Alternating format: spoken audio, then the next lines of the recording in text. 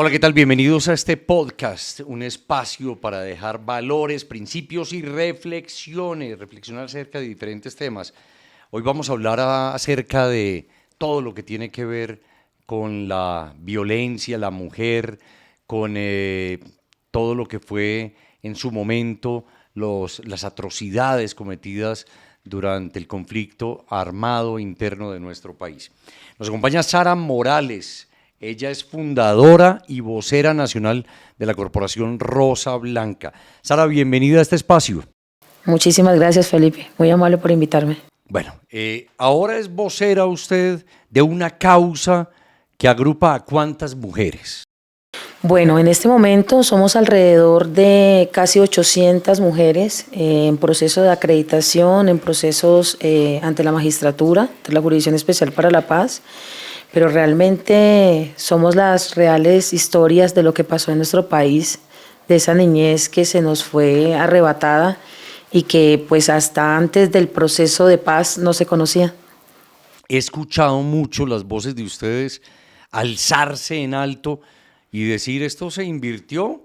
Nosotras que fuimos o somos las víctimas, terminamos siendo victimarios y quienes de verdad abusaron, cometieron todas las atrocidades, están gozando de las mieles del poder. ¿Es esto así?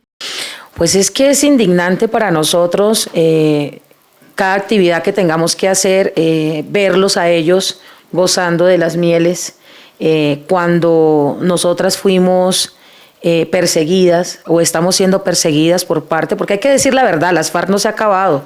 Aquí hay un sofisma o hay una cortina de humo, pero esta es la combinación de todas las formas de lucha desde que ellos lo han venido haciendo desde su plan de la toma del poder, ¿no? Y era propagandística, política y armada. Y ahí están, políticos, tienen su tema de propaganda y su brazo armado, que son las mismas disidencias. Aquí las FARC no se ha acabado. Siempre lo hemos dicho desde el principio, cuando se hizo este proceso de paz en La Habana y vimos que esto no se hablaba de verdad, sino simplemente colocándolos a ellos como unos héroes de la patria. Nosotras dijimos, no hay derecho de que las víctimas sigan escondidas. Aquí hay que romper con este silencio y con esta generación del miedo, y es donde nace Rosa Blanca. Fuimos 5 chicas que nos reunimos y entre eso había niñas que estaban pagando cárcel, ¿sí? Que ellas sí tuvieron que pagar cárcel, y tomamos la decisión de denunciar estos casos y de contar quiénes eran realmente las FARC. ¿Qué pasaba dentro de las filas de las FARC? ¿Cómo engrosaron sus filas ellos secuestrando niños? Porque aquí no hay que hablar de reclutamiento, sino de secuestro de menores.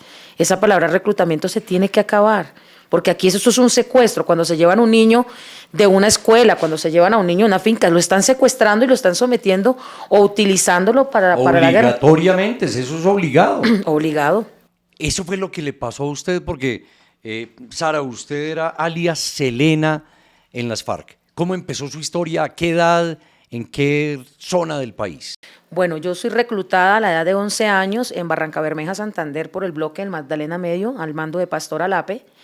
Siempre he dicho, yo iba a comprar el desayuno a la vuelta de mi casa, y ahí me cogieron y me montaron en un camión, donde no solamente iba yo, había más niños de diferentes edades. Nos llevaron pues por el río, por el Magdalena, río arriba, y empezamos nosotros como a ya entender que estábamos siendo reclutados por esta gente, secuestrados por estas personas. Y es donde empieza el calvario, ¿no? Porque 15 días después de ser reclutada es donde sufro mi primera violación. A los 11 años. A los 11 años. ¿Y quedó en embarazo? No, gracias a Dios no, en ese momento no. No ¿Y quedé en vinieron embarazo. después otros abusos? Sí, durante 11 años sufrí abusos sexuales y más, yo creo que había un pensamiento errante por parte de estos señores de las FARC, y era por el tema de la condición sexual, pues porque yo nunca mostré, pues era una niña, yo que iba a mostrar gusto por un hombre y mayor. Por una persona, exacto, por una persona adulta, y ellos pensaron era que mi condición sexual era diferente, y fue ahí donde hubo más violencia sexual en mi contra. El tema no solamente violencia sexual, sino también violencia reproductiva, porque estando menores de edad nos hicieron obligatoriamente utilizar medidas anticonceptivas, tanto la inyección como pastillas. También, sí, como también las inyecciones, las pilas, las pastillas, a otras la T, ¿sí? Que causaron enfermedades en algunas muchachas. En mi caso, como yo no me la quería dejar colocar, lo que era el Norplan, me cortaron sin anestesia y sin nada, me tuvieron que coger puntos así, o sea, hay tortura también en este sentido. Y era también el abuso no solo físico, sino psicológico. ¿Las obligaban a cargar fusil desde muy pequeñas de pronto? ¿O qué? ¿Cómo era eso? Todo, mira, yo te voy a decir algo, el entrenamiento o el adoctrinamiento militar que da las FARC no es cualquier cosa. Allá no tienen que ver que tú seas un niño, inmediatamente te llevan a la guerrilla y te ponen un uniforme, ya tú eres un hombre y una mujer adulta para ellos, ¿sí? Tanto así, yo recuerdo que estábamos en un entrenamiento militar y pues obviamente uno no está enseñado a tener esa cantidad de ejercicios y todas estas prácticas que ellos aplican, y yo me caí y el comandante me restregó la bota en la cara y me decía que se estaban entrenando hombres para la guerra y no monjas para un convento. Yo creo que esa es de las frases que a mí más me quedó en mi cabeza, y yo decía, pues que yo soy un niño, o sea, yo soy una niña que yo no tengo nada que ver en esto. No alcanzó a jugar con muñecas, sino que No, tiempo pasó de al nada. fusil y a las relaciones sexuales tempranamente. ¿Y había más niñas con usted? Claro, un campamento donde había más de 150, 200 menores de edad, de toda la parte de la región del sur de Bolívar, norte de Santander. Y eso era normal para ellos. Normal, normal. O sea, aquí hay algo que hay que decir y siempre se lo hemos dicho a la Jurisdicción Especial para la Paz y a los medios donde hemos estado, y es, mire, para los guerrilleros de las FARC y para los comandantes acostarse con una menor de edad es algo normal. De hecho, cuando las niñas llegaban allá, ellos empezaban a escoger con cuál se iban a quedar, quién iba a ser su próxima víctima. No solamente para que fuera su pareja sentimental, sino porque le creó algún gusto y quería tenerla en su unidad para abusar de ellas. Entonces se repartían sistemáticamente a estas niñas, y no solamente con las niñas, porque también habían comandantes que tenían tendencias homosexuales y abusaban de los niños también. Era una atrocidad. ¿Eso fue una pesadilla para usted, Sara? Eso es un infierno. Eso no tiene más explicación sino un infierno lo que uno vive en la guerrilla. Que le marcó su vida completamente. Total, o sea, nosotras podemos aparentar vernos bien, hemos tratado de incluirnos en una sociedad que ha sido muy duro, pues nosotros no estábamos enseñados a esta clase de discusiones, y hoy en día estar en medios de comunicación contando nuestras historias y hablando y dándonos esta pelea para que se reconozca a las reales víctimas. Pero lo estamos haciendo yo creo que un excelente trabajo. Aquí no es, como muchos quisieron decir, que al principio, antes de ir a la Jurisdicción Especial para la Paz, nosotros éramos unas mentirosas, que nuestras historias no eran reales, pero ahí está el fallo de la Jurisdicción Especial para la Paz que habla de 18.677, pero yo te voy a decir otra cosa, ahí nos están contando los niños que murieron dentro de las FARC, abortados, obligados por los comandantes. No estamos hablando de los niños que fueron fusilados por intentar volarse o porque se comieron un cuarto de panela. Aquí no estamos hablando de una cantidad de cosas, de madres que murieron esperando a sus hijos y que son en el campo y no pudieron salir a las ciudades a poner un denuncio. Mire, mi hijo se me perdió. No solamente uno, tenemos familias que se les llevaron 2, 3 hijos, compañeras que fueron 5 o 6 hermanos en la guerrilla. Y cada vez que uno intentaba desertarse, entonces se lo hacían matar para que cogieran escarmiento. Entonces, estos son cosas que nosotros venimos contando para que el país entienda la magnitud de quiénes son los que están hoy en el Congreso de la República, saliendo a hablar. A veces, hace poco que pareció lo de la niña Sofía, dándose golpes de pecho y hablando sobre el dolor, cuando ellos han causado un gran dolor en nuestro país. ¿Se ha visto usted frente a frente, a los ojos, con sus victimarios, con Pastor Álape, digamos? Con Pastor Álape una sola vez nos encontramos en la Jurisdicción Especial para la Paz, pero el equipo de trabajo con el que yo estaba como que intenta que no tengamos ninguna clase de acercamiento o que se me acerquen a mí, pues porque es siempre doloroso, y para nosotros es que no queremos que nos cuestionen, porque pues muchas veces han querido como cuestionar nuestro trabajo, ya de que somos traidores para ellos desde el día que desertamos de la organización, y de aclarar, nosotros no hacemos parte del proceso de paz. La Corporación Rosa Blanca y sus asociados y todas las víctimas que tenemos nosotros, somos personas que decidimos dejar las armas voluntariamente, individualmente, que nos tocó una lucha total para podernos desertar de FARC, que esa es la pregunta que nos hacen hace poco en la marcha que tuvimos el sábado pasado. Me decían a mí, pero es que ustedes, ¿por qué no se volaron de las FARC? O sea, ustedes tenían un fusil, ¿por qué no mataron al comandante? Pues es que eso no es fácil. Así será el terror que nos meten a nosotros, ese adoctrinamiento y es todo ese miedo que nos meten, que no es fácil tomar la decisión de Y desertarse. es entendible y es humano. Sí, pero mucha gente no lo entiende, Felipe. Mucha gente piensa que eso es como decir, yo renuncio aquí a esta cuestión y me voy y nada me va a pasar. Yo duré 3 días desertándome de FARC, 2 días en combates con ellos. Yo traía un niño menor de 13 años porque o me tocaba matarlo, y siempre lo he dicho, o me lo traía. Y obviamente yo no lo iba a matar. Me traje a ese niño de 13 años, me deserté con él y fueron 2 días de combate que tuve donde a mí me hirieron en la mano, me hirieron Y logró salir.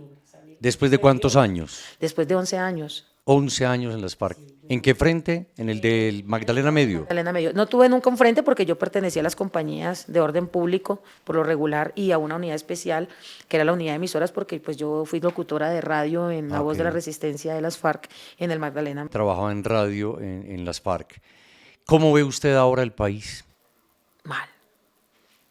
Yo sí te tengo que decir, a las víctimas no nos están teniendo en cuenta. Mira, yo fui muy explícita hace 1 año, 2 años, que estuve en el Congreso de la República exponiendo, y es que aquí no hay garantías para las víctimas. Las víctimas no tenemos políticas públicas donde nos incluyan. Aquí le preguntan a medio mundo de políticos si se está cumpliendo el proceso de paz, pero no nos preguntan a las víctimas si sí se está cumpliendo con el proceso de paz. Porque realmente quienes vamos a decir si se cumplió o no con lo que se pactó somos las víctimas, víctimas que no se tienen en cuenta. Aquí nosotras esperamos un resarcimiento por parte del Estado, por parte de las mismas FARC, y lo que encontramos es burla por parte de ellos. No solamente salir a las 2 horas de haber salido el auto emitido por la Jurisdicción Especial para la Paz diciendo, sí, aceptamos. Más allá de aceptar es, nosotros necesitamos garantías de no repetición, necesitamos que paren la persecución que hay detrás de nosotras por denunciar estos casos. Aparte de que hablamos de una reparación, pero no una reparación como mucha gente piensa que es simplemente económica, sino es una reparación integral. ¿Qué tiene que ver la reparación integral? El impacto que se hizo a las familias, porque no solamente el daño fue para mí, es que yo tenía a mi mamá que murió de cáncer esperando que yo llegara. Yo tenía a mis hermanos que nos separamos por el conflicto armado y porque en la región donde estábamos la guerrilla dominaba esos terrenos, entonces no podía estar con ellos. Te quiero decir de que somos desplazados dentro de nuestro propio territorio, porque yo no puedo estar en mi ciudad natal porque soy objetivo militar por parte de las FARC, ¿sí? Entonces aquí no hay garantías, el impacto psicológico, pero uno como víctima está solo.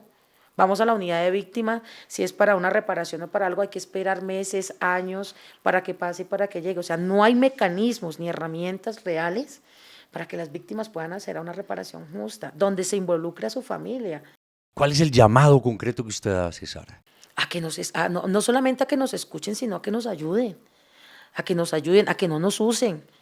Mucha gente usa nuestro nombre para conseguir una cantidad de cosas, pero cuando realmente nosotros los necesitamos no nos abren las puertas, no nos escuchan, no tienen tiempo, ¿sí? Realmente queremos, uno, que haya justicia con verdad, ¿sí? Que haya una garantía de no repetición, ¿sí? Y que haya una reparación, pero una reparación integral donde se aboque a eso, al núcleo familiar, a psicología con las familias, a que tengan derecho a un trabajo digno, a que tengan derecho a una educación superior digna también, con la que tanto tenemos que luchar.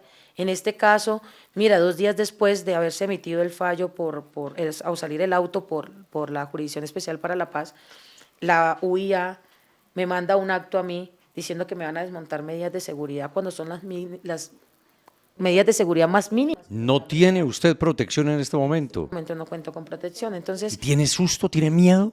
todo el tiempo vivimos con miedo, ¿Se siente porque amenazada de pronto cuando habla con... no, es que, mira, hace 1 año, en octubre del año pasado, recibí una amenaza gravísima donde decían en qué barrio vivía, qué Transmilenio cogía, o sea, todo. Tenían la rutina de lo que yo hacía y es donde uno dice, a veces se duerme en ese autocuidado, ¿sí?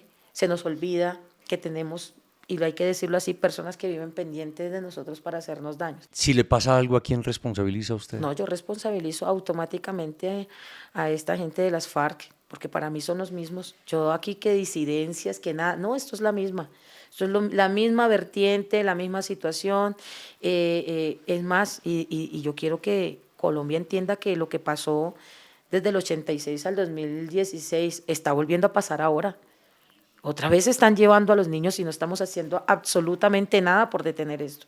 Un gobierno que está presto a negociar con los bandidos, pero dejar a un lado a las víctimas y dejar a un lado a un país que necesita de verdad una verdadera justicia y una seguridad. Aquí no se negocia con bandidos, aquí no se trata de negociar con gente que quiere imponer, como el ELN y como otras organizaciones que quieren imponer su manera de negociar. No, aquí es un basta ya. Basta ya de vivir pidiendo que vivamos en paz, teniendo herramientas, pero sí permitiendo de que abusen del ejército, que secuestren a los soldados, que acaben y masacren a nuestra fuerza pública. Esto es doloroso para nosotros. El hecho que hayamos sido parte de las FARC, la sociedad tiene que entender que fue porque no quisimos y que nosotros estamos totalmente volcando nuestro apoyo a las fuerzas militares y a todas las personas que de verdad tengan ese sentido común de pensar en país. Aquí no estamos hablando de clases sociales. Yo creo que el dolor no tiene clase. Al rico le duele igual que al pobre cuando se le muere un ser querido. Sara, empezó la campaña presidencial tempranamente, incluso hay que decirlo. ¿Cómo ve usted las cosas? ¿Qué llamado hace a los ciudadanos, al país en general, frente a las votaciones que vienen en unos meses? Pues no cometer el mismo error que hicimos que hicieron, porque yo no voté de verdad por el presidente o el gobierno que tenemos, y es a no cometer el mismo error de creer en cambios que no van a existir, Aquí hay que apostarle a la seguridad, aquí hay que apostarle a garantizarle primero a la infancia de Colombia, a la niñez de Colombia, a la adolescencia de Colombia, que no se le va a volver a permitir a que sean parte de estos grupos armados.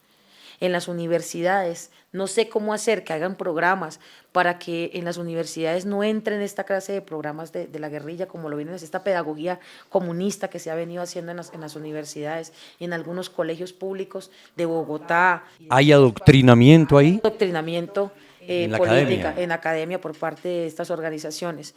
Pensar más en un país que necesita seguridad, que necesita economía, en crecer, porque es que aquí nos estamos quedando atrás. Yo veo que Colombia nos vemos como más empobrecidos. Estos años como que nada sirvió. ¿Hemos retrocedido para usted? Total, para mí sí, retrocedimos yo creo que a los años 90 en seguridad. Pues antes podíamos salir por toda Colombia, yo creo, tranquilitos, pero ahorita vamos aquí a Indumil, por Soache, ya uno ya siente miedo que lo salgan a secuestrar por esa parte, pues porque hay presencia de guerrilla, lo que no se veía desde el 2001, desde el 2000, creo yo que estaba en ese momento la presidencia del señor Uribe. Entonces, aquí hay que volver a un tema de seguridad, aquí hay un tema de que hay que escuchar a la ciudadanía, que ayudar a la gente. Yo eso siempre le he dicho a las víctimas no somos receptoras de dinero, las víctimas también tienen que aportarle a la ciudad, tienen que aportarle al país, no solamente es pedir o colocar una coquita ¿Trabajar? para pedir, no, hay que trabajar, y si podemos generar empleabilidad, y si podemos generar empresa, hombre, eso sería lo mejor que se podría hacer, que nos garanticen esos espacios, que nosotros como víctimas podamos acceder, no solamente a ese grupito de víctimas que son amiguis, sino hay unas sociedades de víctimas, hay unas federaciones de víctimas que recogen un sentir grandísimo y que necesitan ese apoyo. ¿Pero usted siente una esperanza leve en la JEP para resarcir todo lo que las FARC ha hecho con... Mira, nosotros estamos Reinicio. haciendo algo, y es quemar todas las instancias que se tengan que quemar en Colombia. Porque aquí hay que abocar a una justicia penal internacional. Ese es el sentir de nosotros. Obviamente agradecemos el trabajo que viene haciendo la magistratura, porque el reconocer... Ya es un avance. Eso es un avance, o sea, desde el inicio de la JEP, que venga hasta ahora, nos sentimos muy felices por el trabajo, y yo tengo que decirlo, la magistrada Lili Rueda ha hecho un trabajo ejemplar. Por parte de la magistratura no hemos... Ha habido empatía por parte de ellos ahí. Yo creo que al contarle las historias, porque es que si tú no conoces algo, pues tú no puedes opinar frente a algo que tú no conozcas, pero cuando ya empiezas a escuchar un relato, el segundo relato, el tercer, y miras la sistematicidad que había, porque es que aquí se dice que supuestamente aquí por omisión al antiguo secretario de la FARC, mire, el antiguo secretariado y su Estado Mayor Central son culpables de todos los delitos que nosotros estamos denunciando. ¿Por qué? Porque dentro de las FARC no se movía una aguja sin que su secretariado y su Estado Mayor lo dijera. Un fusilamiento, ellos no pueden decir, no, es que nosotros no sabíamos si fusilaron. Ellos son responsables de todo Claro, eso. porque la orden acá Venía desde arriba.